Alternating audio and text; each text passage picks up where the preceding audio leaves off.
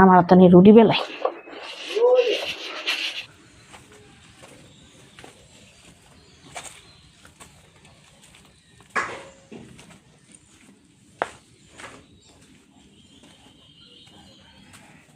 আসসালামু আলাইকুম। সকালে নাস্তা বানাতেন হিমা রুটি বানাইতেছে। রুটি বানাইতে গিয়ে হিমা অনেক রাগ করতেছে, আর নাকি রুটি বানায় খাওয়াইতো না, আমাদের নিজেদেরই বানায় খাইতে হইব, কিছু করার নাই। রুটি বানানো এখন শিখতে হইব।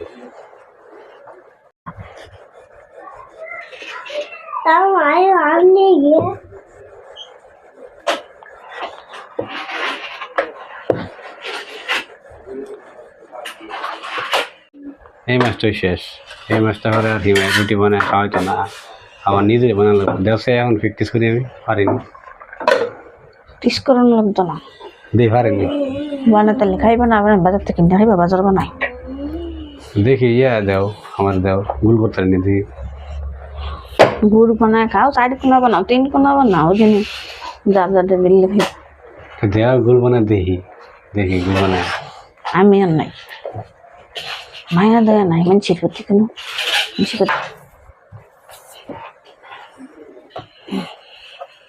আর আমি গুল বানাইতে তুমি আমার দেও, আমি রুটি বানাই, তুমি বলে দেখো আমি পারিনি। দেওয়া লাগবো না, অনেক পরে নিজে বানাই দিয়ে খাইতাম, ওটা দেখবো না। অনেক পরে বানাই দিয়ে খাইতাম, দেখবো না। হোটেলটা কিনে এনে দিন।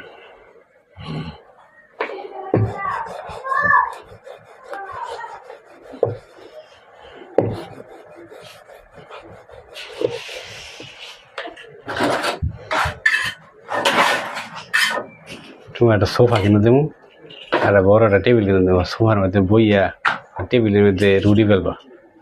তাও রুটি বানানো এখান তো দিতাম না, পুষ নেই, মাক নেই, শীত নেই, গরম নেই, 365 দিনে রুটি খাওয়ানো লাগবে। সকালে নাস্তা তো রুটি খায় মানুষ, তারপরে ডায়াবেটিসের রুগী হলে তো আরো সমস্যা। বানায় খাই চিন্তা করছি লাল আটা রুটি খাইতাম না, সাদা আটা রুটি আর খাইতাম না, লাল আটা কিনে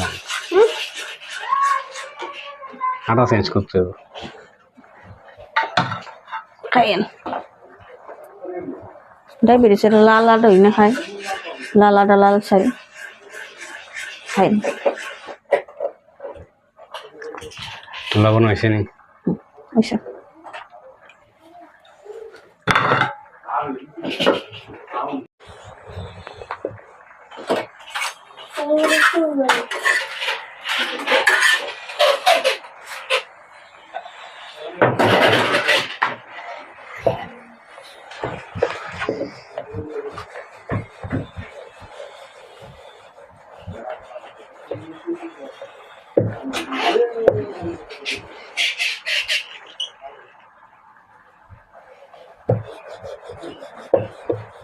আমার তো নি রুটি বেলাই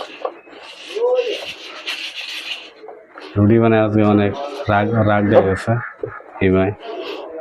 সকালে নাস্তা বানাইবো, তাও অনেক রাগারাগি হইতেছে, অনেক পরিশ্রম হয়ে যায় রুটি বানাইতে।